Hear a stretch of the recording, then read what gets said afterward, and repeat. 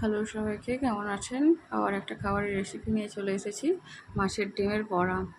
তো প্রথমে মসুর ডাল ভিজিয়ে দিয়েছিলাম, তো সেটাকে আগে পেস্ট করে নেব। তো তারপর মাছের ডিমগুলোকে ভালো করে ধুয়ে নিয়েছি, তারপর পেঁয়াজ কুচি লঙ্কা কুচি দিয়ে দিয়েছি। মিক্সি থেকে ঢেলে নিতে পারলাম না, তাই হাত শেষে লাগাতেই হলো। তো যাই হোক, হাতে করে সবগুলো নিয়ে নিলাম বের করে। তারপর একটু আদা রসুনের পেস্ট দিয়ে দিলাম, তারপর একটু লবণ দিয়ে দিলাম। আমার লবণটা হাতে আন্দাজ ভালো আসে। তো তারপর একটু হলুদ দিয়ে দিলাম, হলুদ একটু কম হবে মনে করলাম, তা আবার একটু দিয়ে দিলাম। তার ভালো করে মেখে নেব ডিমটা। তো ভালো করে আমার একটু মুসুর ডাল বাটাটা কম হয়ে গেছিলো, তাই একটু পাতলা মনে হচ্ছিল। তো আর একটু মুসুর ডাল হলে ভালো হতো। তো চলো দেখি ভেজে নিই। তো গ্যাস জ্বেলে নিয়ে কড়াই বসিয়ে দিয়েছি, তেল দিয়ে দিয়েছি।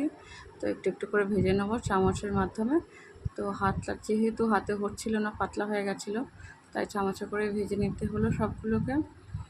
তো ধীরে ধীরে লো ফ্লেমে ভাজতে হবে, কিন্তু ভাজার পর খেতে অসাধারণ টেস্ট হয়েছিল, সত্যি বলছি, খুব ভালো হয়েছিল। একবার দেখবেন এভাবে।